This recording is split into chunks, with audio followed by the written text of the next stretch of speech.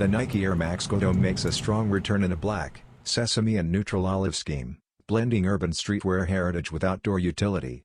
First launched in 2000 under the Nike ACG line by Carl Blakeslee, it was built to challenge Timberland boots with a durable leather upper, rugged tread, and visible air cushioning. Though no longer listed as an ACG product, ACG branding is still etched into the midsole. The silhouette gained cultural clout when rapper Wale, who famously called them Nike boots in his 2007 track, and Jim Jones of Dipset championed them in hip-hop circles. Following earlier white and gum and luxe black leather drops, this $200 release in men's sizing is now available via Nike.com. With its mix of function, nostalgia, and style, the Goadome's comeback solidifies its place as a rugged yet stylish staple for sneakerheads and music fans alike.